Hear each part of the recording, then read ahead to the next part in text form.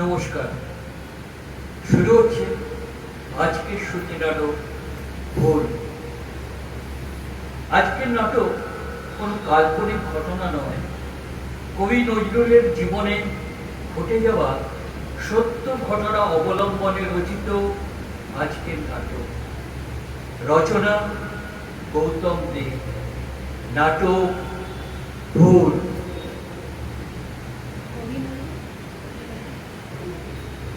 অভিনয় সতীশ চৌধুরী, কর্তার ভূমিকায়। রীনা মুখার্জি গিন্নির ভূমিকায়। খেন্তি প্রিয়াঙ্কা দে। হারান দেবাশিস চক্রবর্তী। কাজী নজরুল ইসলাম স্বপন মুখার্জি। শুরু হচ্ছে নাটক ভুল। এই মানুষটাকে নিয়ে আর পারা যাবে না বাবু। ওহ, কি বাজারে ছিলি। ওই তো হারান যাচ্ছে, ওকে ডাকো না। হারান, ও হারান, ও কত যেন কাজ করছে। যেমন বাবু তেমন তার কাজের লোক। একে গিন্নিমা। সকাল 6টায় বাজারে গিয়ে 8টায় ফেরা। এই বাজারে ছিলি বলি কর্তা কোথায়? ওই পুকুরে জাল ফেলছে গো। তিনি তো আর জাল ফেলছেন না, তিনি কোথায়? একে মা পুকুরে চারদিক ময় দামাদামি করে বেড়াচ্ছেন। দাপাদাপি করে বেড়াচ্ছেন? আজ আসুন, দাপাদাপি আমি দেখাচ্ছি। জেলেরা পুকুরে মাছ ধরছে, তা উনি দাপাদাপি করছে কেন? বুঝে নিতে হবে খেন্তি, বুঝে নিতে হবে। ওনাকে প্রশ্নটি করা যাবে না, করলেই উনি বলবেন সুয়ার, এটা বুঝিস না। তাই আজকাল নিজেই বুঝে নি, প্রশ্ন করি না। তা তুই কি বুঝলি? বুঝলাম, উনি যে নদর চেয়ারটি নিয়ে নাচানাচি করে, তাই দেখে মাছগুলো জালে এসে আঙুলকে ধরা দেয়। মাস্করাটা দেখেছো কি? মাস্করাটা দেখেছো? কর্তাবাবুর চেহারা নিয়ে কেমন মস্করা করে। দেখছেন গিন্নিমা, দেখছেন কেমন পেঁচালটি করে। তোর ওই মুখে না একদিন আমি বিষ চুষে দেব। শুনেছেন দিদিমা কি কথা বলতেছে? আমার মুখে নাকি বিষ চুষে দেবে? তা নাই তো, পত্রাবাবুর ওই নদর চাটি ভালো না তোর সুচকি চেয়ারটা ভালো? কি? আমি শুনছি? তুই কি রে বলো? এই আমার সে মানবে নাকি? তবে পাড়ার বিজে মোকাটা মেরে ফেলবো। আরে থাম থাম, তোরা কি শুরু করলি? আর তুই কি রেখেন্তি হচ্ছিল তোদের কর্তাবাবুকে নিয়ে, আর তোরা কিনা নিজেদের মধ্যে ঝগড়া শুরু করে দিলি। যা যা, বাসনগুলো মেজে ফেল গিয়ে। এই যাই। ওই যে কর্তাবাবু আসতেছেন গো মা। উফ, বাবা যা গরম পড়েছে না, আর পারিনি গো। এইখান থেকে একটু বসে দাও তো, আর একটু জল দাও, আর শোনো চা দাও। এই আর সামলাতে পারিনি গো এই গরমে। আরে এই যাত্রা, ও বাবা, কতবার বলতে তুইগুলো ধরিস নি বাপ, ধরিস নি। কাঠটা গুলো রাখ, হ্যাঁ কাঠটা গুলো রাখ। আবার দেখো, কাতলা বলে তোমাকেই না ধরে ফেলে। হ্যাঁ? পুরো ভাম সারাদিন মাঠে ঘাটে পুকুর পাড়ে ঘুরলে হবে? বলি এই যে বললে আজ বাড়িতে কবিরা আসবেন, অনুষ্ঠান হবে, সবাই রাতে আহার করবে। তা কি আহার করবেন, কি কি দিয়ে আহার করবেন সেটা বলতে হবে না? আরে বাবা, যা যা আনার এনার সব এনে দিয়েছি। এই প্রশ্ন কিন্তু করতে পারবে না, সব বুঝে নিতে হবে। হ্যাঁ, বুড়োর যত বয়স বাড়ছে না, দেখলে তত গাছ হচ্ছে। কথা কি ছিলি দেখো, প্রশ্ন করবে না। না। কে কে রান্না হবে তা বলতে হবে না? পরে তো গান পারবে তো। তুমি তোমার বৌমারা রান্নাই করতে জানো না, গাল খেতে পারবো আর প্রশ্ন করতে পারবো না? না, প্রশ্ন করতে পারবে না, বুঝলে? শোনো, এই যা করো দুটো কাতলা মাছ আর ওই এক ঝুড়ি চিংড়ি জেলেদেরকে ধরিয়ে দিচ্ছি।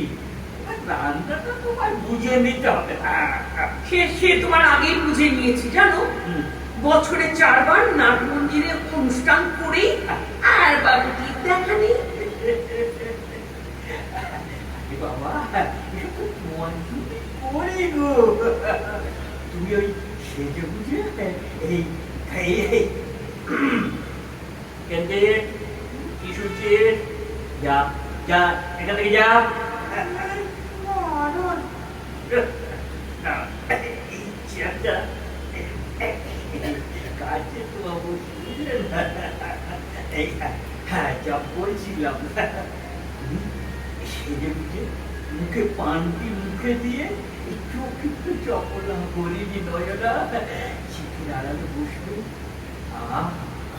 ওদিকে কবিরা কবিতা বলছে, কখনো ভক্তি রস, কখনো প্রেম রস। আর আমার চোখে আমার চোখে না তখন এই আশ্চর্য বড় বয়স 60 ছুঁই ছুঁই এখনো পুরো ছুকছুকানি যায় না গো। আরে সে আমার কি দোষ বলো? তুমি যে বসে রূপের মুন্না ধরে বসে আছো, তাতে আমার কি কোনো চরিত্রের দোষ বলো? যাও, এক্ষুনি বৌমারা সব আসবে, কাটাকুটি রান্নার জোগাড় করতে হবে তো। যাও। প্যান্ডেল লোক এই যে বাবু। প্যান্ডেল বেশ হয়েছে যাও।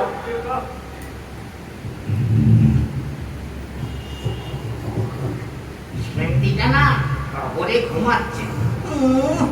মেয়ে মানুষ এমন করে নাক ডাকে, মনে হচ্ছে বনের বাঘ সিংহ শেয়াল একসঙ্গে চিৎকার করছে। করে আছে, আমি বরং এটা মুখে দিই।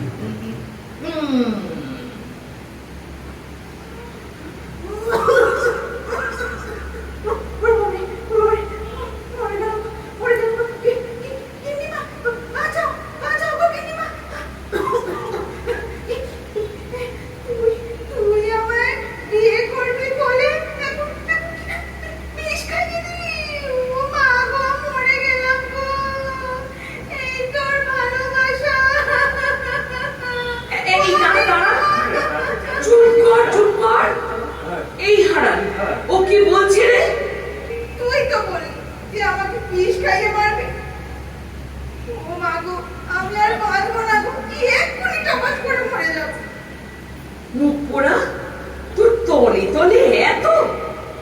এই তুমি দাঁড়িয়ে দেখছো কি?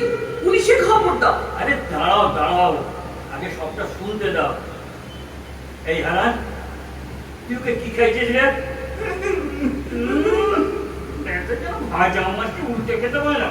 বল শোন, ওকে কি খাইছিস বল। নয় এই যে বাবু, একটা বেনারসি পান।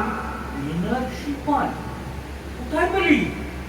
বেনারসি পান এই বাড়িতে যত অনুষ্ঠান হয় আমরা সবই খাই, কিন্তু এই পানটা পাই না। ও তারপর? তা বাবু, ওই খেন্তি একদিন আমার বলেছিল আমাকে একটা বেনারসি পান খাওয়াস তো।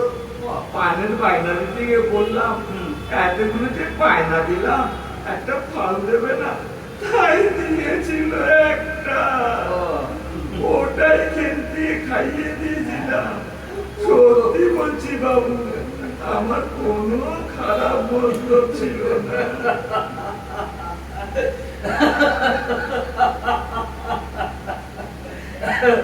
বুঝলে কিনি, বুঝে দিতে হবে, দোষ তো করা চলবে না। কুড়ের ভোরে পান চিপতে চিপতে খেলতির মনে হয়েছে হারানোকে বিষ খাইয়ে দিয়েছে। আচ্ছা আচ্ছা, এই আজকের অনুষ্ঠানটা মিটে যাক, তারপর দেখছি তোদের নিয়ে আমার একটু বসতে হবে। যা হারান যা, মন্দিরে পূজারি এসেছে, খেন্তিও যা।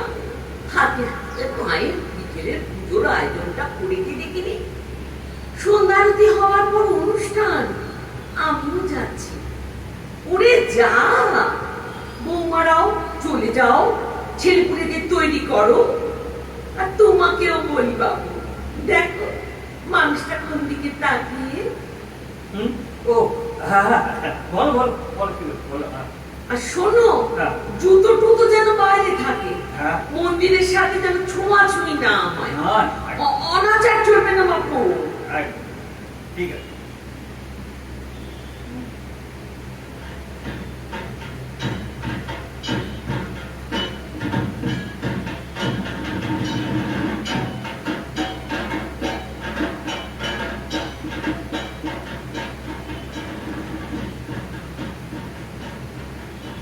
কি হলো তুমি? হ্যাঁ মানে এই একটু না সমস্যা হয়েছে গো। কি সমস্যা গো? এ, না মানে দেখো এই আমি না এই হিন্দু কবিরে আমি আপ্যায়ন করেছিলাম, কিন্তু তার মাঝে এক মুসলিম কবি এসে উপস্থিত হয়েছেন। তারপর? না মানে এত বড় মাপের কবি, তাই আমি কিছু বলতে পারলাম না। উনিও মঞ্চে এসে এই সবার সাথে বসে পড়েছেন। এ কি অমঙ্গলের কথা গো? এই মন্দির আমার বাপ ঠাকুরদার, চিরকালে এখানে এই মায়ের মন্দিরে নিয়ম নিষ্ঠার সাথে পূজা পাঠ হয়, কোনো অনাচার কখনো হয়নি। তুমি এখানে নেহাত জামাই মাত্র, আর তুমি কি না সেখানে একজন মুসলিমকে ঢুকিয়ে দিলে? না এ হতে পারে না। তুমি ওনাকে চলে যেতে বলো। না, তারপর চারিদিকময় গঙ্গা জল ছিটিয়ে আবার অনুষ্ঠান। আমি ব্রাহ্মণ সন্তান, কোনো অধর্মের কাজ করতে দেব না, এই বলে দিল। আমার ঘর ভর্তি 3 সন্তান, নাতি নাতনি, কোনো মতেই তাদের অনিষ্ট হতে দেব না। দাঁড়িয়ে দেখছো কি? যাও। না মানে মানে শোনো, আমি জানি তুমি ব্রাহ্মণ সন্তান, এর মন্দিরেও তোমার পূর্বপুরুষে। আমি কুলির সন্তান বলে তোমার বাবা আমায় মেনে নিয়েছিলেন, কিন্তু স্বামী হিসেবে আমার একটা কথা তুমি শুনবে? বলো। এসব করলে দুর্নাম হবে। আমি বলি কি, প্রথমে একজন হিন্দু কবি এই অনুষ্ঠান শুরু করুক, তারপর আমি ওনাকে ওই অনুষ্ঠান করতে দেবো। তারপর ওই অনুষ্ঠানের পরে আমি ওনাকে বুঝিয়ে সুঝিয়ে আমি ওনাকে বাইরে থেকে নিয়ে যাবো। তুমি তুমি তারপর ভালো করে গঙ্গা জল ছড়িও, কথা দিলাম এ ভুল আর কখনো হবে না।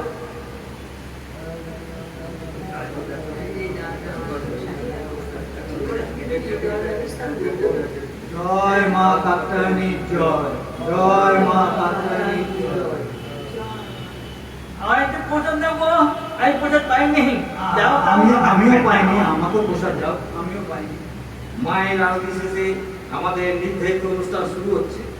আসুন কবি, আসুন। হ্যাঁ, আসুন আসুন। আজ আমি মুখার্জিপাড় কাত্যায়নী মন্দিরে রাত পৌঁছে আসতে পেরে নিজেকে আমি ধন্য মনে করছি। স্বরচিত কবিতা আমি একটু পাঠ করবো। কবিতাটির নাম আমি এবার মঞ্চে ডাকছি স্বনামধন্য কবি কাজী নজরুল ইসলাম। আসুন কবি, এগিয়ে আসুন।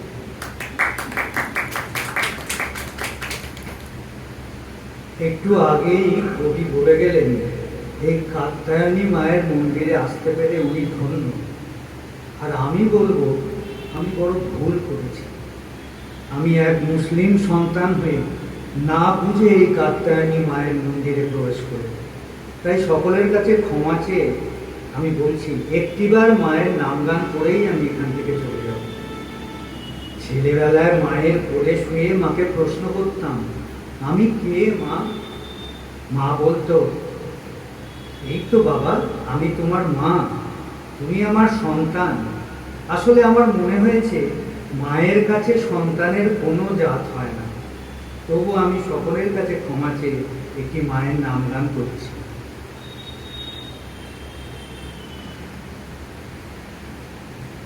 শ্যামা নামের লাগলো আগুন, আমার দেহ ধূপ কাঠিতে,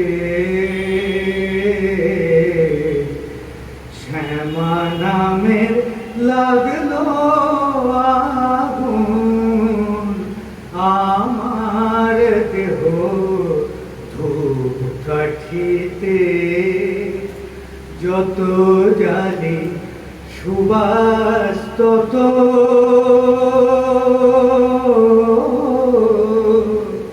যত জানি সুবাস তত ছড়িয়ে পড়ে চারিদিকে।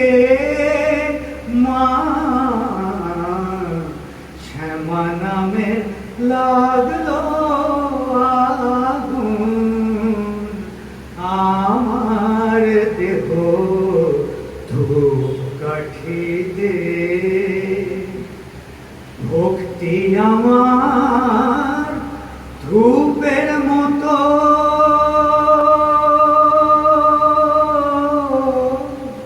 ভক্তি আমার ধূপের মতো ঊর্ধ্বে ওঠে অবিরত।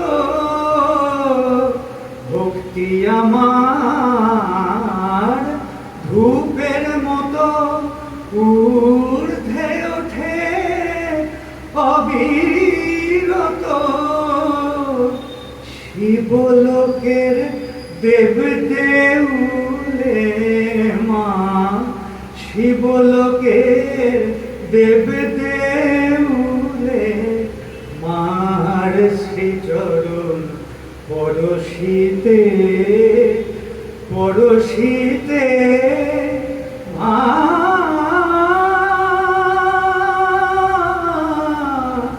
মা, মা,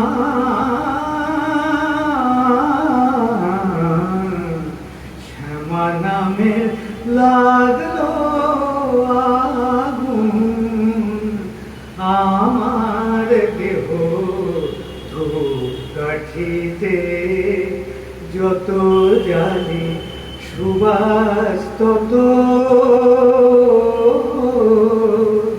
যত জানি সুবাস তত ছড়িয়ে পড়ে চারিদিকে। মা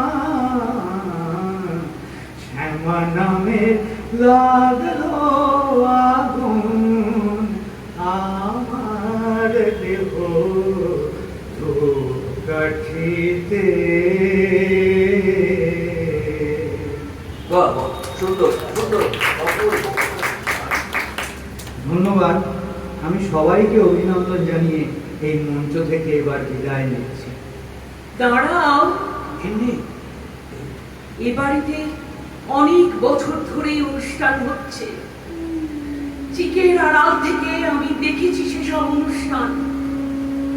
আজ মনে হলো তোমার মতো সন্তানের কাছে মায়ের আড়াল কি? তুমি তুমি আমায় ক্ষমা করো বাবা, তুমি আমায় ক্ষমা করো। সত্যি মায়ের কাছে সন্তানের কোনো জাত হয় না গো। আজ আমার ভুল ভাঙিয়ে দিয়েছো, তুমি ভুল ভাঙিয়ে দিয়েছো। আমি কি আপনাকে একটা প্রণাম করতে পারি মা? প্রণাম? হ্যাঁ বাবা, আশীর্বাদ করি তোমার মঙ্গল হোক। এভাবেই তুমি মানুষের মনে চেতনা জাগ্রত করো। এই মায়ের ইচ্ছা এই নাট মন্দিরের অনুষ্ঠানে যেন তোমার বারবার দেখা পাই। আজ অনুষ্ঠান শেষে এ বাড়িতে অন্ন গ্রহণ করে তুমি যাবে। আমি নিজ হাতে তোমাকে পরিবেশন করব। এখন যাও, ওই নাট মন্দিরে তোমার আসন গ্রহণ করো। জয় মা কাত্যায়নীর জয়, জয় মা কাত্যায়নীর জয়, জয় মা কাত্যায়নীর জয়। নমস্কার।